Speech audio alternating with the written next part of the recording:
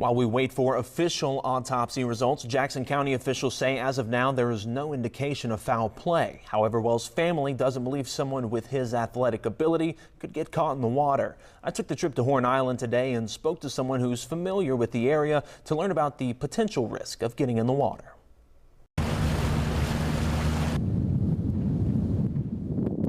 Hundreds, even thousands of families a year find their way out here on Horn Island, just enjoying its beauty and having a wonderful summer day, making the most of it.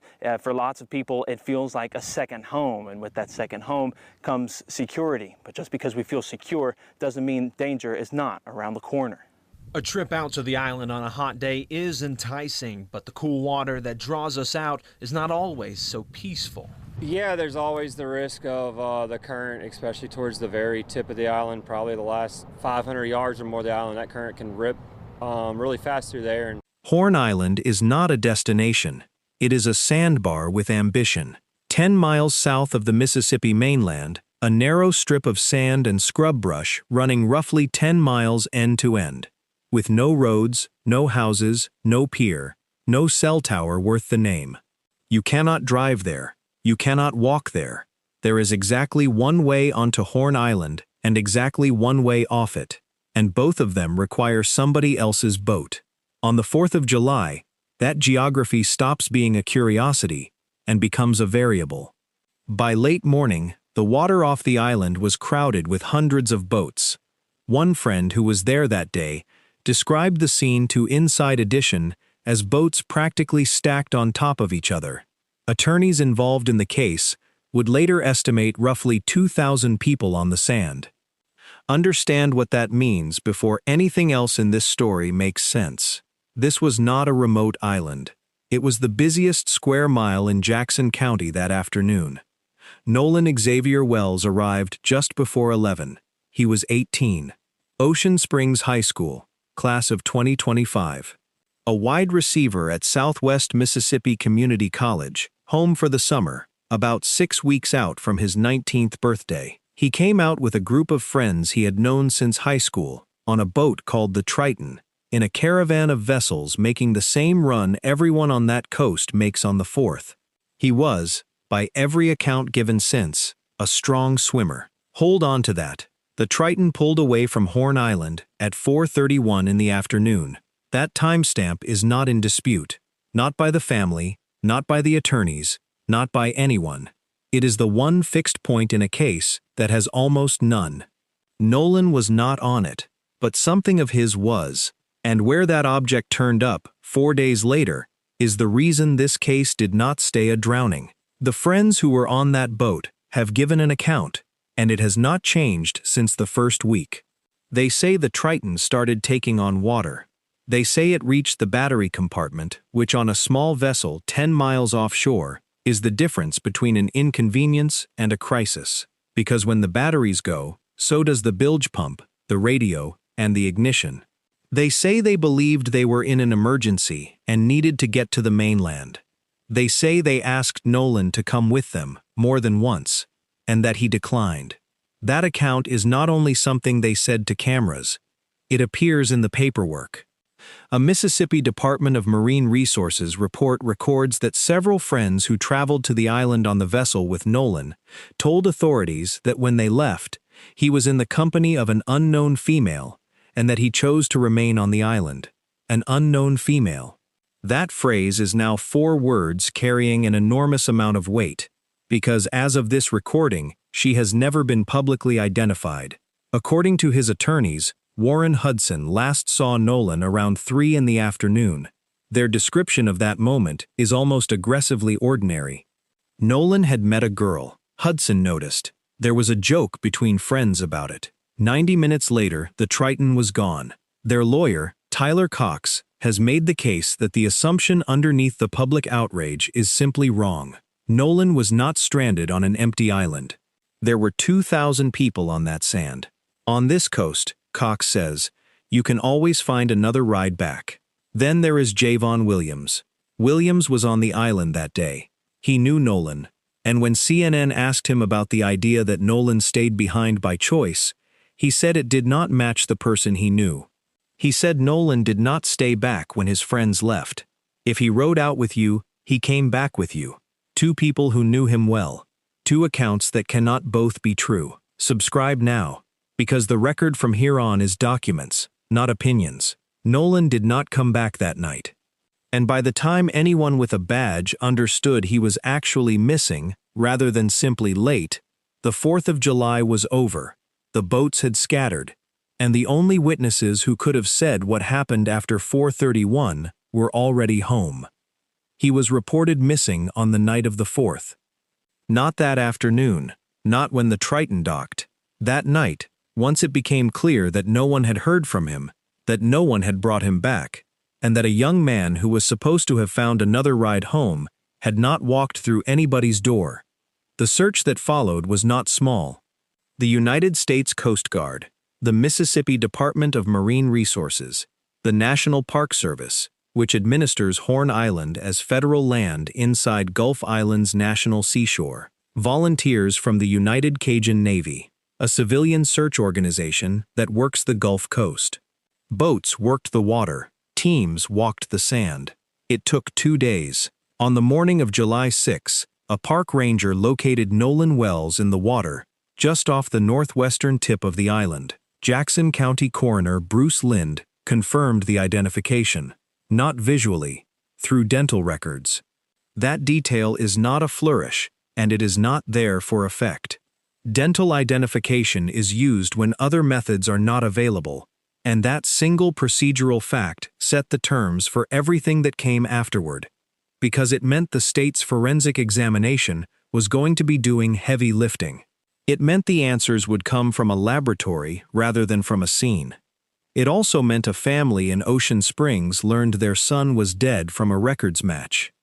The autopsy was scheduled at the Mississippi State Medical Examiner's Office Coast Lab for the following day. The family had not yet retained a lawyer. There had been no press conference. As of that morning, this was a local story about a young man who had gone out on the 4th of July and had not come home. That is the window in which the first official characterization of the case was made. Not after the autopsy. Not after the toxicology. Not after the 60 witness interviews that would eventually be conducted. The same day. 4 words, offered to a reporter on July 6th, that would follow this investigation into every courtroom, every convention hall, and every congressional office it has since reached. Jackson County Sheriff John Ledbetter told CNN on the day the body was found that his detectives were interviewing people who had first-hand interactions with Nolan on the day he went missing, and that no foul play had been identified at that time. Read that sentence carefully, because both halves matter, and only one of them traveled, at that time. That is a qualifier. In law enforcement usage, it means precisely what it says. As of this moment, with the evidence currently in hand, nothing has surfaced. It is not a conclusion. It is a status report. That is not how it landed. What the public heard was that a black 18-year-old had died after a holiday outing with white friends, and that the sheriff had ruled out foul play before the autopsy had been performed, before toxicology existed, before the phone had been examined, and before the majority of witnesses had been spoken to.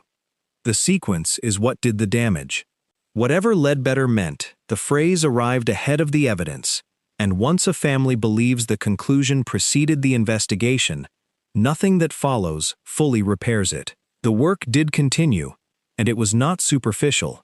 Investigators went on to interview roughly 60 witnesses. The FBI was brought in to assist with the examination of digital evidence. The 3 friends who traveled out on the boat with Nolan were interviewed in depth. District Attorney Angel Myers McIlrath would take the position that the file goes to a grand jury regardless, because in Jackson County, every death except natural causes and non-criminal traffic deaths is presented to one, and has been for her entire career. 60 witnesses is a substantial investigation. It is also an admission of a problem. 60 people on an island that held 2,000. Then, on July 7th, the sheriff's office did something that told the public more than any statement had. It issued a public appeal. It asked anyone who had been on Horn Island on the 4th to come forward with original photographs, original video, and eyewitness accounts. Not edited footage, not reposted clips, originals. And when the request was refined, investigators specified exactly what they wanted to see. It was not general. It named a category of content that no one outside the investigation had been told existed. Investigators asked for original, unedited photographs and video from July 4th, and specified they were particularly interested in material depicting alleged altercations or containing images believed to include Nolan Wells. Alleged altercations. Plural. That is a sheriff's office, in writing, confirming that something happened on that beach that had been reported to them, that they could not yet see clearly, and that they believed existed on somebody's phone. The word original is doing separate work. Compressed video re-uploaded through social platforms is stripped of its metadata. The timestamp goes.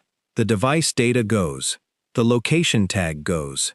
A clip that has passed through 2 apps is a picture, not evidence. Investigators were not asking for what the public had already seen. They were asking for what the public had already posted, in the form it existed before anyone posted it. Because there was footage circulating, and it had already been misread, the United Cajun Navy, in its own reporting on the search, referenced a video recorded around 5 in the afternoon, showing a fight involving other people on the island, and noted that by 7:30 that evening, a witness reported Nolan was nowhere in sight. Sit with the construction of that. A fight involving other people, not Nolan. That distinction collapsed within days. A clip spread across social media that millions of people were told showed Nolan Wells in a violent confrontation in his final hours. It became the engine of the entire online case. It is still being presented that way on channels that have never corrected it. The person who ended it was one of Nolan's own friends. Trayston Shepard went on Good Morning America and identified the video directly. He said it was the clip people were referring to.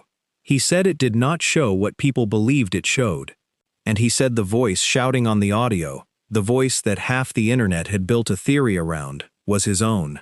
That is the correction, from someone who was there, on national television, on the record. If you have seen that clip presented as evidence of Nolan's death, you were shown something that the person in it has publicly disputed. That matters more than any theory attached to it. The rest of this case is documents. Stay with it. Because there is a second timestamp buried in that same search report. By 7:30 in the evening, someone was already looking for Nolan and could not find him. That is 3 hours after the Triton left. And it is roughly 90 minutes after 2 people, whose names have still never been made public, say they saw him alive. Chapter 6 was delivered in the previous section, so picking up at 7. Here is what you have not been told. Nolan Wells did not have his phone on Horn Island. It was never there. It never went into the water. It never sat on that sand, waiting for someone to find it. It was on the boat. Tyler Cox, the attorney for the 3 friends, has explained why, and the explanation is mundane, in a way that undercuts most of what has been said about it online. Boats do not beach at Horn Island. They drop anchor roughly 50 feet offshore, and everyone swims in. You do not swim with your phone. Nobody on that vessel took a phone onto the sand, and Nolan was no exception, which means when the Triton left at 4:31, Nolan's phone left with it. His parents did not receive it from investigators. They did not receive it from the sheriff's office. According to the family, they recovered it themselves, at a friend's house, after their son's body had already been found. Understand the position that put them in. The single most valuable evidentiary object in the case, the one item that could establish who he was communicating with, what he sent, what he received, and when the device stopped being used, had spent the critical days in private hands rather than in an evidence locker. Not because anyone hid it, because no one had asked for it. That is the fact underneath everything that followed. On July 15th, Crump announced that his team would coordinate an independent forensic examination of the phone, and that law enforcement would examine the findings as well. Both sides. One process. A forensic extraction is not somebody scrolling through a phone. The device is connected to specialized hardware that produces a bit-for-bit copy of its contents onto a separate machine. The original is not altered. Analysts then work from the copy, which surfaces message threads, media, application data, timestamps, and in many cases, content that was deleted, but not yet overwritten. The reason both sides want to be in the room is the same reason both sides need to be in the room. Whoever performs the extraction alone can be accused later of missing something, or worse. Joint examination is not an act of hostility toward the district attorney. It is the procedure that makes the result usable by anyone. That process still had not happened. On August 17th, attorney Ahmad R. Smith, who represents the family alongside Crump, sent a letter to District Attorney Angel Myers McIlrath. It did not demand. It offered, pick any time between Tuesday the 18th and Friday the 21st. Give us 12 hours notice. We will be there with our experts, 4 days. Any one of them, 12 hours warning. That letter went out 2 days before what would have been Nolan's 19th birthday. Subscribe now, because the window in that letter is open as this is being recorded, and what comes out of that device changes this case in either direction. While the phone sat unopened, the Friends legal team produced something else entirely. Edward Andrew Paltzik is a defamation attorney. He was brought in alongside Cox specifically because Warren Hudson, Jax Patalo, and Morgan Seymour had become the targets of a national accusation campaign. Speaking on the Officer Tatum podcast, Paltzik said his team had located 2 witnesses. He described them as upstanding members of the Ocean Springs community. He said they saw Nolan Wells at roughly 10 minutes to 6 that evening, about an hour and a half after his clients had left the island. He said the accounts had been turned over to authorities. If that is accurate, it ends the case against his clients. The Triton's departure at 4:31 is not disputed. 2 credible sightings at 5:50 would place Nolan alive and on land long after every one of them was 10 miles away. There would be nothing left to allege. So the claim deserves to be taken seriously. It also has to be tested, and right now it cannot be. The witnesses have not been named. No description has been released of where they were standing, how far away they were, how long they observed him, what the light was like, or what they were doing at the time.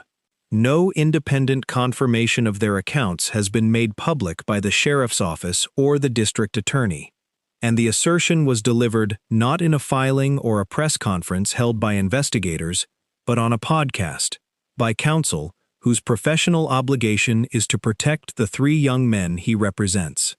None of that makes it false. It makes it untested.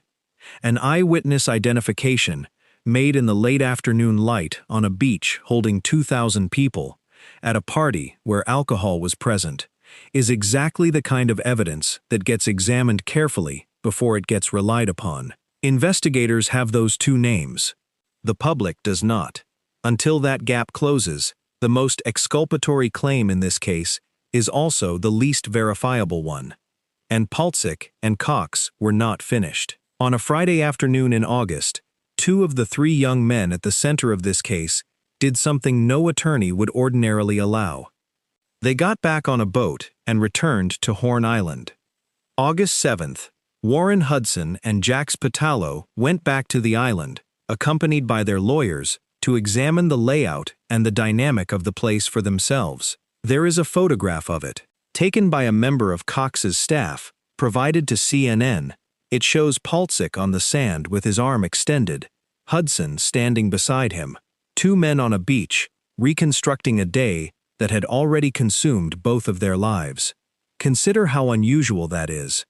A private legal team, representing people who have not been charged with anything, running its own field investigation on federal parkland at the location where a young man died, while the official inquiry remains open and the evidence has not been presented to a grand jury. That is not a defense strategy in the normal sense. There is no case to defend against yet. It is what happens when a group of people conclude that the process is not going to clear them fast enough, because by then the pressure on them had gone well past commentary.